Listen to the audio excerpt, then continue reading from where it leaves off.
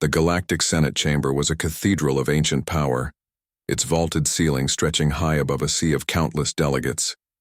Species from the furthest reaches of the galaxy gathered in this colossal, orbiting structure, shimmering with cold light and the weight of countless civilizations.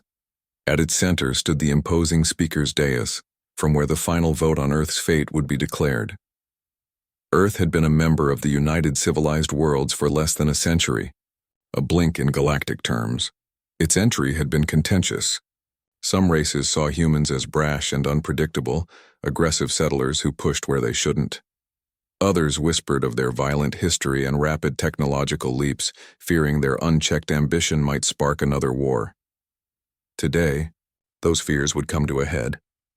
Diana Reyes stood silently in the gallery reserved for ambassadors. Her sharp eyes scanned the room, taking in the swirling masses of alien faces, tentacles, scales, glimmering eyes, and countless others that defied easy description. She wore the dark blue uniform of Earth's diplomatic corps, every thread carefully tailored to project calm resolve. Inside, her mind raced. The vote was more than a political move. It was a sentence. To expel Earth from the Senate meant stripping away protection, trade rights, and access to vital resources. But behind the scenes, it was worse. A covert extermination fleet was already en route, a silent killer moving through the void with deadly precision. Speaker Ormka of the reptilian Drathery called the chamber to order. His voice echoed like thunder, deep and commanding. The motion before the Senate is clear. Earth shall be expelled from the United Civilized Worlds for crimes of aggression, cultural contamination, and destabilization of interstellar peace. A low murmur spread through the crowd. The votes began, the glowing orbs in front of each delegate illuminating as they pressed their decisions. One by one, the votes tallied, unanimous from the older powers, hesitant from the newer colonies. Diana's heart pounded. She stood, her voice steady but fierce as she made her final plea. Esteemed delegates, Earth is not your enemy. We are a young species, driven by survival and growth. To cast us out is to doom billions who have never harmed you. Give us the chance to prove our worth. Her words were met with polite silence, then cold dismissal. The vote continued. When the final tally came, the verdict was crushing. 279 votes to expel, 28 against. The rest abstained or remained silent. The Senate's decision was clear. A low mechanical hum began to rise in the chamber as security droids moved toward Diana's box. Ambassador Reyes, you are hereby detained for further diplomatic review, a voice announced. Reyes didn't resist. She sent a final encrypted transmission back to Earth, a warning coded in layers of quantum encryption. They voted. The extermination fleet is real. Prepare. The chamber emptied, and the senators departed with indifferent expressions, already turning their attention to the next crisis. Back on Earth, in a fortified command bunker buried beneath the ruins of what was once New York, General Mason Cade paced before a massive holographic display. The news had reached him in fragments, leaked transmissions, rumors confirmed by Reyes's last message. The Galactic Senate had voted to kill them. Cade was a man shaped by war, his face lined with scars and a lifetime of discipline. When the Senate's decision was broadcast, most expected panic or despair. Instead, Cade's eyes burned with cold fire. They think they can erase us, he muttered. They don't understand who we are. With a swift series of commands, he activated Project Exodus, a covert operation developed in secret over decades. It wasn't a retreat. It was a plan to fight back. Old mining ships converted into war platforms, AI-driven drones, smuggled alien tech, all would be weaponized to defend Earth. Cade gathered his closest commanders. The Senate has turned its back on us. They voted without knowing the cost. This ends now. Meanwhile, the extermination fleet pierced the void, a silent shadow cutting through the black. Its flagship, the Dominion's Wrath, was a gleaming fortress armed with weapons designed to sterilize entire worlds. But what the Senate didn't know was Earth's greatest weapon was not in its fleets, but in its people. As the first glimmers, Of the fleet's arrival touched Earth's orbital sensors, unexpected resistance flared. Hidden railguns mounted on asteroids fired with deadly precision. Automated fighter squadrons scrambled from underground hangars. The Dominion's wrath shuddered under the barrage, its shields flickering. Back in the Senate chamber, the broadcast from Earth's orbit reached the screens, interrupting the normally sterile announcements. A cold, unyielding voice declared across the galaxy, "You voted against us. We vote to survive." A new war had begun, and Earth was ready. Deep beneath the shattered surface of what had once been the gleaming city of New York, Earth's last command bunker thrummed with urgency. The air was thick with the hum of computers, flickering holographic displays, and the sharp, clipped voices of officers issuing orders. The evacuation had begun, not a retreat but the rallying of humanity's hidden strength. General Mason Cade stood at the center, eyes steely and unyielding. His hand hovered over the control console as a live feed displayed incoming data from Earth's orbital sensors. The extermination fleet was closing in fast, their cold metal shadows blotting out stars. "Status report," he demanded. Lieutenant Commander Yara Singh, his most trusted intelligence officer, glanced up from her console. "Project Exodus is fully activated, sir. Our mining stations have been converted into artillery platforms. The orbital railguns are operational, with targeting recalibrated for enemy vessels. Sleeper cells on every continent are on high alert." Cade nodded. "Good. Communications?" Singh hesitated for a moment. "We've cut all non-essential comms to avoid interception. The encrypted channels with Ambassador Reyes remain open, but barely. Her last message indicates the Senate's extermination fleet isn't just a threat, it's a guarantee." Cade's jaw tightened. The Senate's vote had been more than political theater. This was a declaration of war. The bunker's doors hissed open as Colonel Aaron Thorson, head of Special Operations, strode in, his expression grim. "General, the underground factories have begun producing the modified drones. We're pushing supplies to the hidden shipyards beneath the Siberian tundra." "Excellent." Cade turned to his commanders. "We have spent decades preparing for this day. Project Exodus was never about evacuation alone. It's about survival and retaliation. We do not cower, we fight." A ripple of determination spread through the room. Outside, the cities were quiet in an eerie way. Millions had been evacuated to sprawling underground shelters, old subway tunnels transformed into cities beneath the surface. The surface world, what was left of it, was eerily calm, as if waiting for the storm to break. On a remote asteroid field long forgotten by most, the Earth fleet was assembling in silence. Rusted freighters and converted mining ships floated side by side with sleek fighters crafted from stolen alien technology. This ragtag armada was humanity's last hope. Captain Elena Vasquez, commander of the Horizon's Edge, ran her hand over the cold steel railing of her ship's bridge. "We're ready," she reported to Cade via secure comms. "Stay sharp, Captain." Cade's voice was steady but carried the weight of command. "The Senate expects us to die quietly. We'll show them how wrong that is."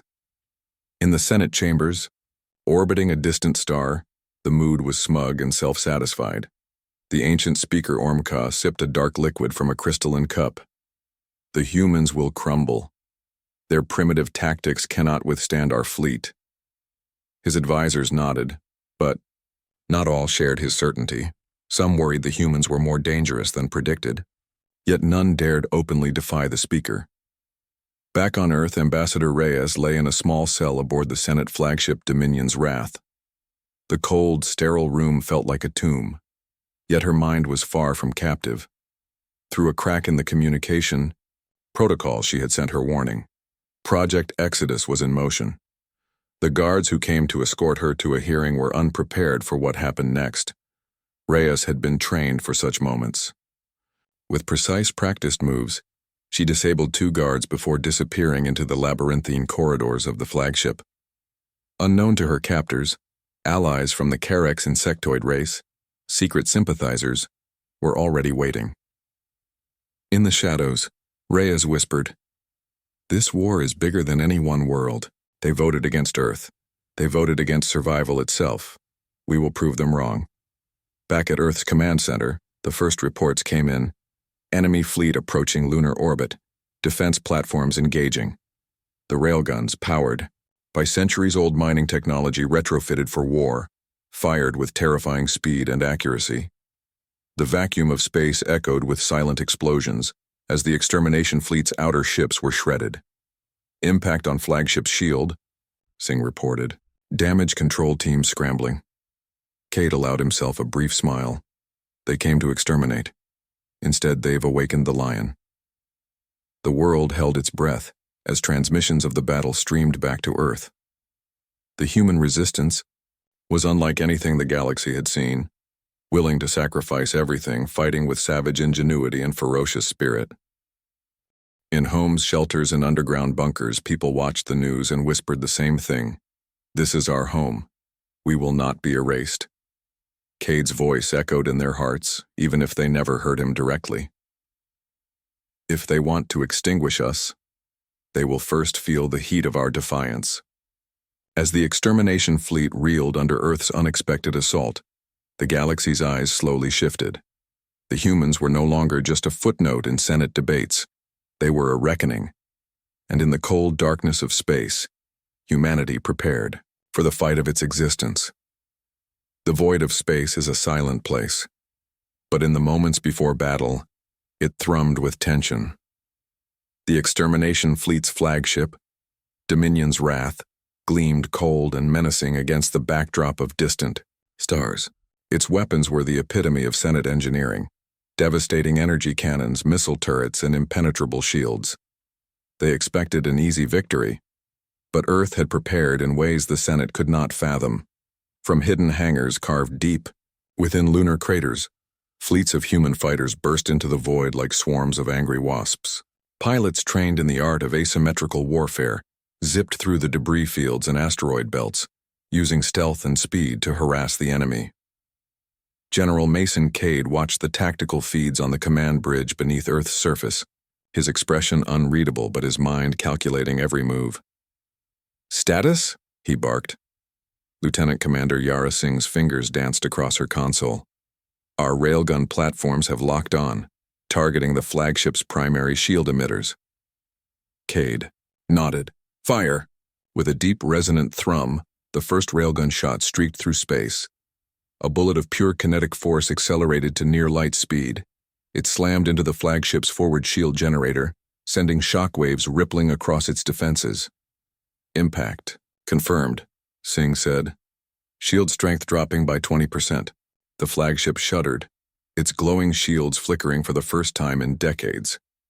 From the bridge of the Dominion's Wrath, Admiral Vortax snarled, his many eyes narrowing in disbelief. "They have weapons capable of piercing our shields?" "This is impossible," he barked orders to the fleet. "Form a defensive perimeter around the flagship. Target the human fighters." But Earth's forces had no intention of meeting them head-on. Using the intricate network of asteroids as cover, human fighters darted in and out of enemy fire, laying down precision strikes on missile launchers and sensor arrays. Automated drones, their AI programmed for ruthless efficiency, swarmed the enemy ships, jamming communications and sabotaging propulsion systems. Meanwhile, Earth's hidden railgun platforms, repurposed from long-abandoned mining stations, unleashed a relentless barrage. One by one, enemy frigates exploded into clouds of debris. "Enemy losses escalating," Singh reported. "The flagship is beginning to falter." Cade allowed himself a rare grin. "Good. Keep the pressure." Back on the Senate flagship, chaos erupted. The Dominion's Wrath's bridge was a hive of frantic activity as alarms blared and consoles flashed warnings. The flagship's shields, once considered impregnable, were failing under Earth's unexpected assault. Admiral Vortax slammed a clawed hand onto the command console. "Prepare to activate the secondary shield arrays. Deploy interceptor drones. Destroy those human scum." But Earth's AI had already infiltrated their systems. Unseen by the Senate commanders, a digital war raged within the flagship's own networks. Human-engineered viruses, silent, deadly, and adaptive, swept through the ship's systems, disabling weapon turrets and corrupting navigation controls. Reyes, now moving stealthily within the corridors of the flagship after her daring escape, transmitted real-time intel back to Cade. The virus is inside, shields compromised, enemy fleet in disarray. Suddenly, the flagship lurched violently as the railguns struck again, this time targeting its main engine core. "Critical damage sustained," shouted a junior officer. "Power failing to engines and weapons." Vortax roared in fury. "Counterattack! Focus everything on the human fleet." But the human fleet had already slipped away into the asteroid belt, leaving the Senate vessels vulnerable. Earth's forces moved swiftly. Strike teams boarded crippled enemy ships, disabling systems and gathering intelligence. Some fighters launched targeted attacks on supply vessels, severing the Senate's ability to sustain the campaign. The galaxy watched in stunned silence as transmissions from Earth's orbital battles flooded the networks. The message was clear and defiant. From Earth's orbital command, a cold, steady voice echoed across the stars. "You voted against us. We vote to survive."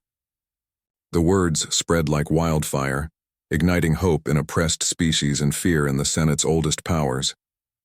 On the battered bridge of the Dominion's wrath, Admiral Vortax faced the unthinkable, a retreat. The flagship's systems were failing, the ship drifting like a wounded beast. Vortax clenched his jaws, his pride shattered. "They underestimated the humans," he muttered bitterly. Back on Earth, General Cade stood before his commanders, the weight of the moment heavy but tempered with resolve.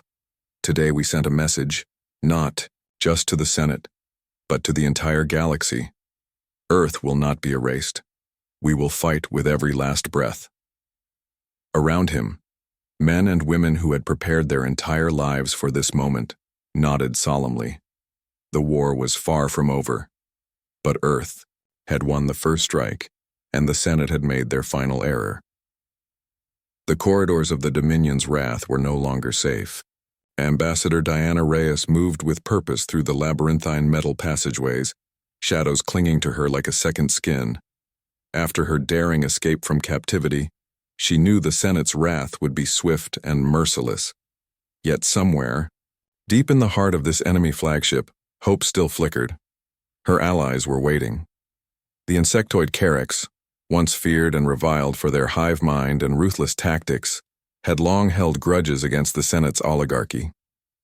The Carracks Council had watched Earth's uprising with a mix of curiosity and cautious admiration. They saw something familiar in humanity, the fierce desire for freedom and survival, even in the face of impossible odds. Rhea's covert message had reached them. Now a small contingent of Carracks warriors and diplomats awaited her in the bowels of the ship, ready to join the fight. Their leader, Supreme Warlord Thranx, greeted her with a respectful nod. His many eyes gleamed with unspoken understanding. "We do not trust the Senate. We trust the humans." Reyes offered a rare, genuine smile. "Then let us show them what that trust means." Across the galaxy, whispers began to spread, rumors of secret meetings, unlikely pacts, and ships disappearing into uncharted systems. The United Civilized World's Senate had long ruled through fear and control, crushing any dissent swiftly. But now, the tide was shifting. Species who had suffered under Senate oppression, displaced colonies, enslaved races, forgotten rebels, found a new symbol in Earth. The vote to expel and exterminate had galvanized not only humans but others who had no voice in the Senate. In the shadowed depths of a forgotten star system, a coalition formed. Reyes was at the center of it, a diplomat turned revolutionary, weaving together a tapestry of alliances that threatened the Senate's fragile grip on power. Meanwhile, on Earth, General Mason Cade monitored the expanding network of support. "Sleeper cells across the galaxy are activating," Lieutenant Commander Yara Singh reported. "Sabotage on Senate supply lines, communications blackouts in multiple sectors." "Good," Cade replied. "We hit them where it hurts. Cut their legs from beneath them before they can stand." Humanity's fight was no longer confined to Earth's orbit or surface. It was spreading like wildfire across the stars. In the shadows of the Senate's capital world, Uros Prime, fear simmered. Beneath a polished veneer of power, High Speaker Ormka convened an emergency council. The humans grow stronger with each passing day. Their allies multiply. If we do not act, the Senate will fall. His advisors counseled patience and brutal crackdowns. But the speaker's ancient mind recognized a harsher truth.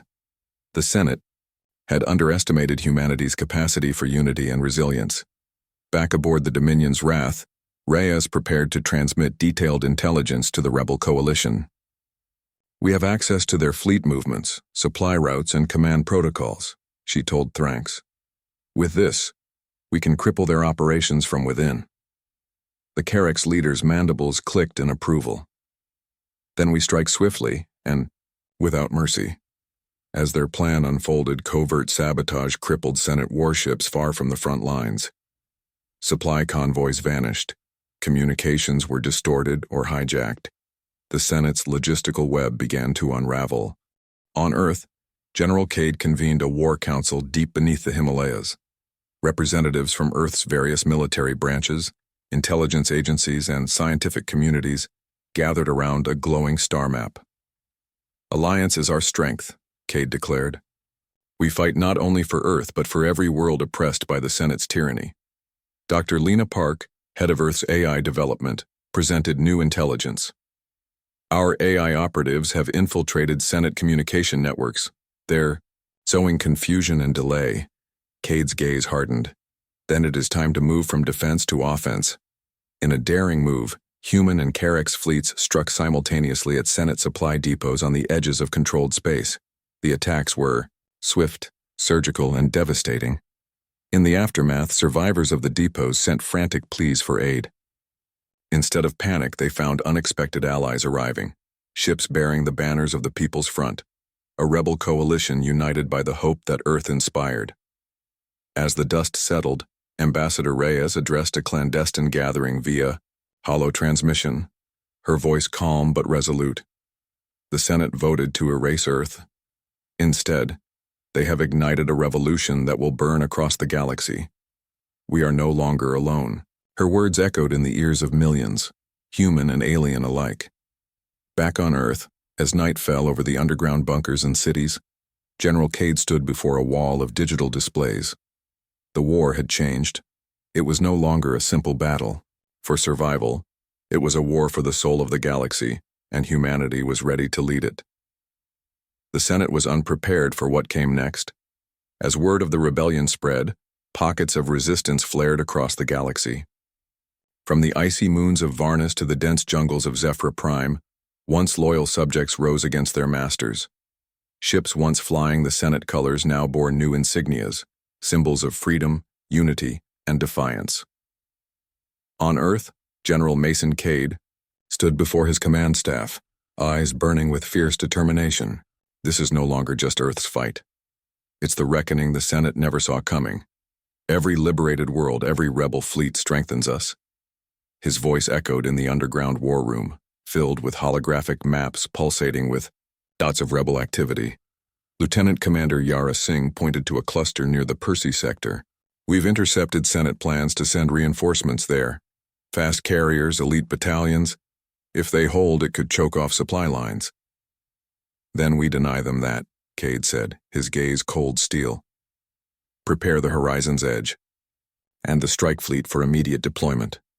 We hit the Persei outpost before their reinforcements arrive." Thousands of light years away, aboard the Dominion's Wrath, Ambassador Diana Reyes and Supreme Warlord Thranx reviewed the latest battle data. The flagship was patched but still limping, its pride wounded but unbroken. "We must strike decisively," Thranx said.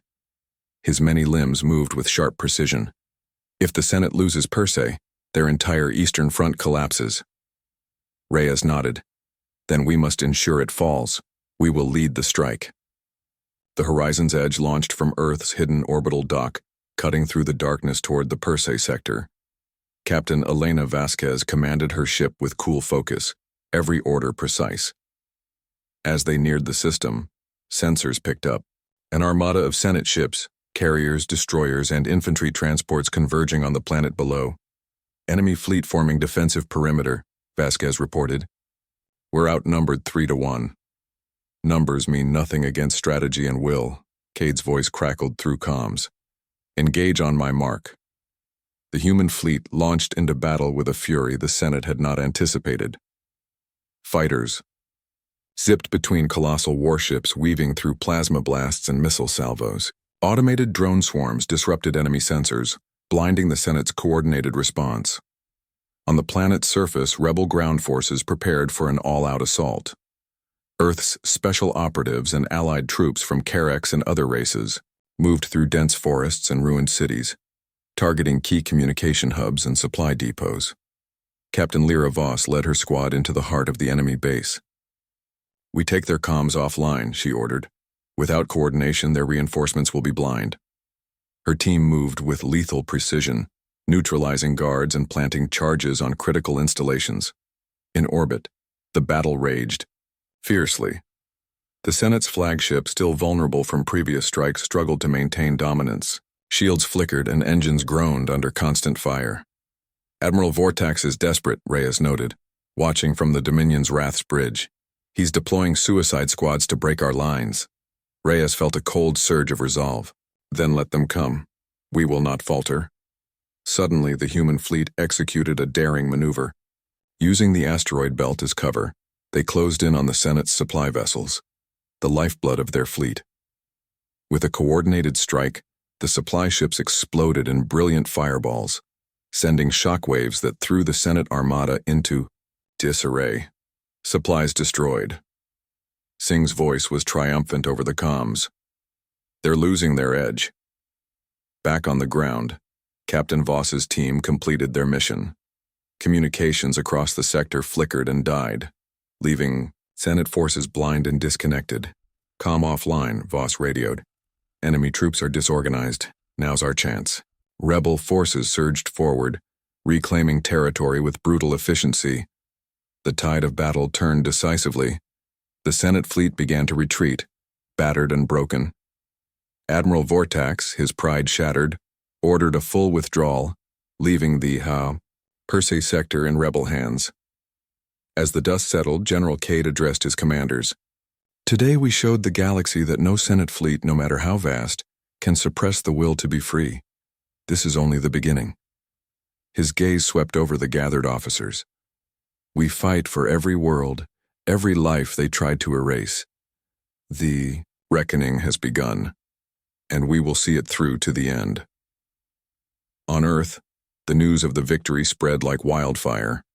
Across shelters and cities, people cheered, their faith in survival rekindled. Ambassador Reyes sent a final transmission to the rebel coalition.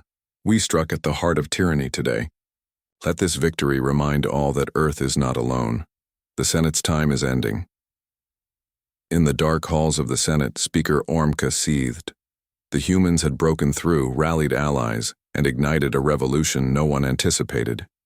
"They vote against Earth," he growled. "But Earth votes to survive, and now they vote to win."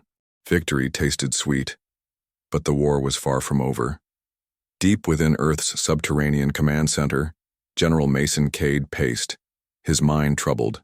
The rebellion was gaining momentum, but shadows lurked even among their allies. The Senate was not only fighting with fleets and armies, it wielded cunning and deception. Lieutenant Commander Yara Singh approached cautiously, her face grim. "General, we've detected unusual activity within our networks. Unauthorized transmissions, encrypted messages."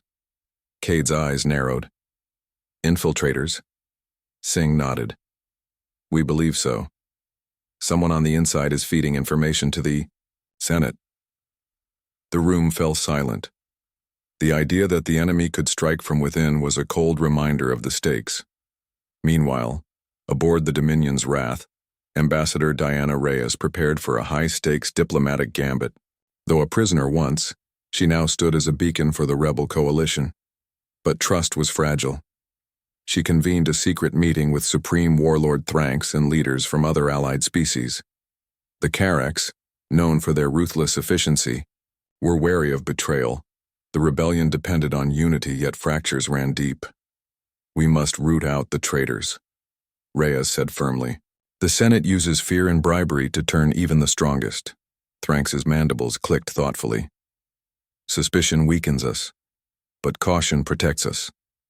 Back on Earth, Cade ordered a lockdown of communications and increased counterintelligence efforts. "We will flush out the mole," he declared. "No one betrays humanity." The first clue came from an unexpected source, a junior analyst who had noticed discrepancies in mission reports. Her findings led to a web of false information, fed to rebel commanders causing failed strikes and wasted resources. Cade convened a covert team to investigate. The mole's identity was shocking. A decorated officer trusted by many, whose loyalty had been compromised by threats against their family. As the investigation unfolded, the Senate seized the opportunity to strike back. Their intelligence, though flawed, was enough to launch surprise attacks on rebel bases. Outposts were bombarded, supply lines ambushed, and communication hubs temporarily silenced. The rebellion's momentum faltered, and fear crept in. Amid this turmoil, Ambassador Reyes risked a bold move. She infiltrated a Senate data vault aboard the Dominion's Wrath, seeking critical information on upcoming Senate operations. The corridors were heavily guarded, but Reyes's years of training and a network of sympathizers among the Carracks allowed her to evade detection. She found what she sought: plans for a massive fleet mobilization aimed at crushing the rebellion in a decisive campaign. Returning to the Rebel Council, Reyes shared the intelligence. General Cade listened carefully. "They plan to strike our core worlds, Earth, Mars, and the Carrack's home system. We have little time." The Council debated fiercely, balancing the need for defense with the desire to keep the pressure on the Senate. Then, betrayal struck again. The mole within Earth's command leaked the location of a key rebel shipyard in the asteroid belt. Senate strike teams descended in swift, brutal raids. The shipyard burned, loss staggering. Rebel leaders mourned but steeled their resolve. "Betrayal is a weapon the Senate wields well," Thranx reminded them. "But we are stronger," Cade agreed. "We purge the traitors, rebuild our forces, and prepare for the coming storm." Amidst the chaos, a surprising ally emerged. A faction within the Senate, disillusioned by the Speaker's warmongering and fearing the collapse of the civilized order, reached out secretly to the rebels. Their emissaries carried offers of aid, ships, intelligence, and sanctuary. The rebellion faced a difficult choice: accept help from those who once sought their destruction or risk isolation. Reyes advocated trust. "If we are to change the galaxy, we must turn enemies into allies." Cade hesitated but saw the wisdom in her words. In the final hours before the Senate's massive campaign, the rebel coalition moved quickly. Hidden fleets were reinforced, new weapons deployed, and defenses strengthened. The war had evolved beyond open battle. It was a clash of wits, loyalties, and survival. As Earth's night sky glittered with stars, General Mason Cade stared into the darkness. "The Senate may have their fleets, their spies, and their lies," he said softly. "But they do not have our heart." And with that, the quiet before the storm shattered. Galaxy-wide war surged toward its inevitable reckoning. The calm before the storm was short-lived. The Senate's retaliation came swiftly and mercilessly. From the cold void, a colossal armada emerged, a sea of warships blotting out stars converging on Earth like a tidal wave of destruction. Admiral Vortax, once crippled and humiliated, now commanded the Senate's mightiest fleet. Fueled by vengeance and desperation, General Mason Cade stood on Earth's orbital command platform, watching the encroaching darkness grow with grim determination. "Status. Report," he demanded. Lieutenant Commander Yara Singh's voice was steady but urgent. "They've deployed over 500 warships, including Dreadnought-class vessels. Shields are holding, but the strain is increasing. We're outnumbered nearly 10-1. Cade's jaw clenched. "Prepare planetary defenses. Activate orbital railguns, missile batteries, and drone swarms. We hold them here or we lose everything." On the surface, cities braced for the inevitable assault. Evacuations and fortifications were underway, but Earth's population remained unbowed. Across underground bunkers and hardened facilities, Civilians and soldiers alike steeled themselves. The war was no longer distant. It was at their doorstep. The Senate fleet opened fire. A storm of plasma bolts and missile barrages rained down on Earth's orbital defenses. Railgun stations retaliated, sending bursts of kinetic destruction ripping through enemy formations. In space, the battle was chaotic and brutal. Human fighters and allied ships wove through explosions and debris, striking at weak points and defending key positions. Admiral Vortax's flagship, Dominion's Wrath, led the charge. Its massive cannons unleashed torrents of energy, hammering at Earth's shield grids. On board, Vortax's eyes burned with fury. They defy us still. Destroy their command stations. End this. But humanity was ready. General Cade's countermeasures were relentless. Electronic warfare drones jammed Senate communications, causing confusion among their ranks. Coordinated strikes shattered enemy capital ships, turning some into drifting hulks. Amidst the carnage, human pilots became legends, lightning fast and fearless. Their deft maneuvers outpaced the Senate's technology, exploiting every weakness. Beneath the surface, Ambassador Diana Reyes coordinated rebel support efforts. Her networks ensured critical supplies and reinforcements arrived just in time. She watched the conflict through streaming feeds, her heart heavy but resolute. "This is the fight for our survival," she whispered. "We cannot fail." As the days stretched on, the siege intensified. The Senate attempted to breach Earth's atmosphere with massive dropships and boarding parties. Anti-air batteries and surface-to-orbit missiles cut swaths through the invaders. In the skies above, ruined cities, fierce dogfights erupted. Human pilots and allied ace fighters battled desperately to keep the enemy at bay. On the ground, sabotage and resistance crippled enemy landing zones. Civilians took up arms alongside soldiers, turning familiar streets into deadly battlegrounds. Captain Lyra Voss led a unit deep behind enemy lines, destroying supply depots and communications arrays. "Every ship they lose here weakens their fleet," she radioed. "We fight in their shadows." Despite humanity's fierce defense, the Senate's firepower was overwhelming. Several orbital defense stations fell, and key cities suffered bombardment. The cost was high, but Earth endured. In the midst of the siege, a message broke through. The Chaos, a secret Senate faction, disillusioned with Speaker Ormka's tyranny, sent an encrypted communique offering a chance at peace. General Cade received the transmission in his war room. He exchanged a wary glance with Ambassador Reyes. "Could this be genuine?" Cade asked. Reyes shook her head slowly. "Perhaps, but we cannot lower our guard." As battle raged, the humans uncovered a critical Senate plan, a doomsday weapon, hidden on a moon orbiting Earth, capable of vaporizing entire continents. The revelation sent shockwaves through Earth's command. "Neutralize that weapon at all costs," Cade ordered. "If they deploy it, we lose the war." A covert strike team, including Captain Voss and Karek's warriors, prepared for a desperate mission to infiltrate the moon base and destroy the weapon before it could be unleashed. Their journey would be perilous, but failure was not an option. The siege of Earth had begun, a titanic clash of wills, technology, and courage. As the skies burned and space shattered with the fury of war, humanity stood firm. The Senate had voted to end Earth. Earth would answer with its final unyielding defiance. The moon hung cold and silent against the backdrop of stars, but beneath its cratered surface a deadly secret pulsed with destructive power. Captain Lyra Voss led her strike team through the shadowed tunnels of the Senate's doomsday weapon facility, every step heavy with the weight of destiny. Karek's warriors flanked her, their multi-limbed movements fluid and deadly. The fate of Earth, and perhaps the entire rebellion, rested on their success. "Keep your comms low," Voss ordered. "We can't afford to alert the enemy."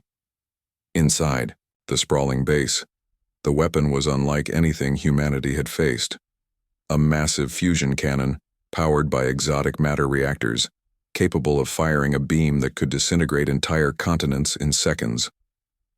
Lieutenant Commander Yara Singh's AI operatives had infiltrated the system, providing real-time data. The weapon's reactor core is unstable. We only have minutes before it reaches critical mass. Voss's jaw tightened. We'll shut it down before it fires. Above them, in Earth's orbit, General Mason Cade coordinated the desperate defense. The Senate's armada, battered but unyielding, launched wave after wave of attacks. Explosions lit the void. Ships shattered into firestorms. Earth's orbital defenses were stretched to their limits. "Hold the line," Cade shouted. "We fight for every soul on that planet." On board the Dominion's Wrath, Admiral Vortax's fury grew as the Senate's plan unraveled. "The humans will fall," he growled. "They cannot withstand our might forever." But even as he spoke, reports flooded in. Strike teams sabotaging supply lines, rebels capturing key systems, and the doomsday weapon compromised. In the tunnels of the moon base, Voss's team reached the reactor chamber. Security drones swarmed, and automated turrets fired relentlessly. "Take cover," Voss barked, returning fire with pulse rifles and plasma grenades. The battle was brutal and close quarters, but the team pushed forward with relentless determination. Reaching the core, Voss set charges to destroy the weapon's power source. The AI interface blinked warnings. Timer set. "We have 5 minutes to evacuate," she said.